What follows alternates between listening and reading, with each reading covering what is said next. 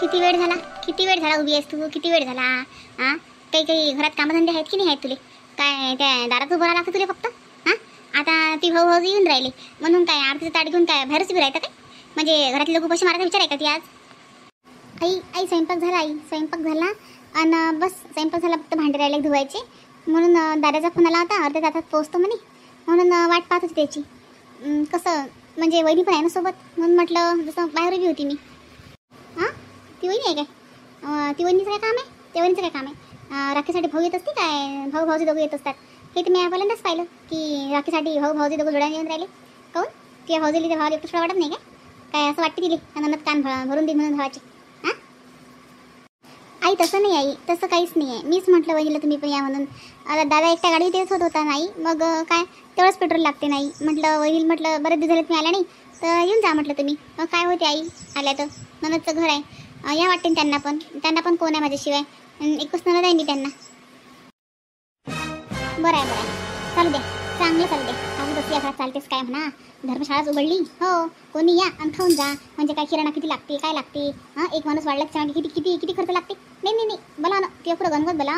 मी तर म्हणजे तिथेच राहायला लावणं एवढंच कायले, त्या मायले बापाले सगळेले बोलावून घे.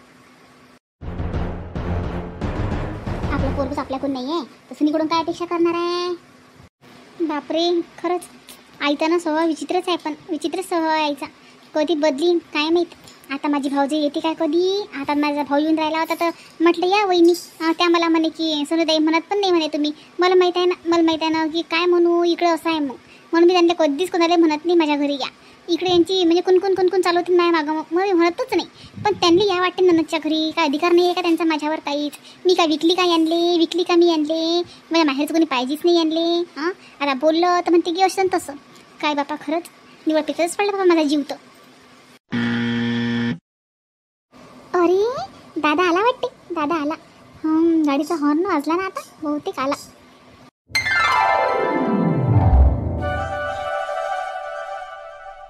अरे दादा वहिनी या या या, स्वागत आहे तुमचं माझ्या घरी. या वहिनी या, वेलकम.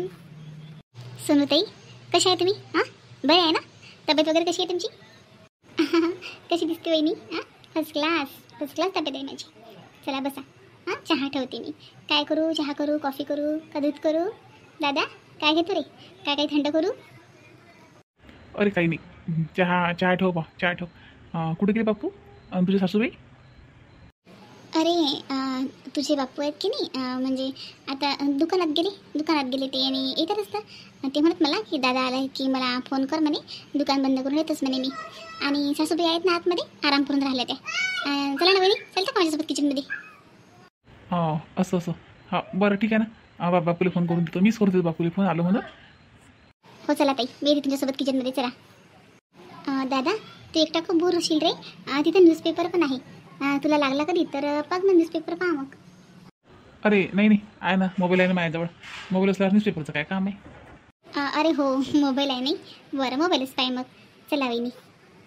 हो ना सोनूताई, बापरे सोनूताई, अकोला जिल्ह्यामध्ये किती भयंकर घटना घडली हो. हां, लहान चिमुकल्यांसोबत किती भयंकर घटना घडली. अंगाला माझ्या काटा चाला बापा ते वाचून. हो ना वहिनी, खरंच जे नाही व्हायचं ते होते. कसं युग आलं हो वहिनी. कसे लोक झाले की त्यांना लहान पोरींची पण दया येत नाही. हो, काय समजतील ते लहान पोरींले? तसे नराधम कसे काय या जगात एवढे हे झाले हो वहिनी. या नराधमांना तर खरं फाशीची शिक्षा व्हायला पाहिजे.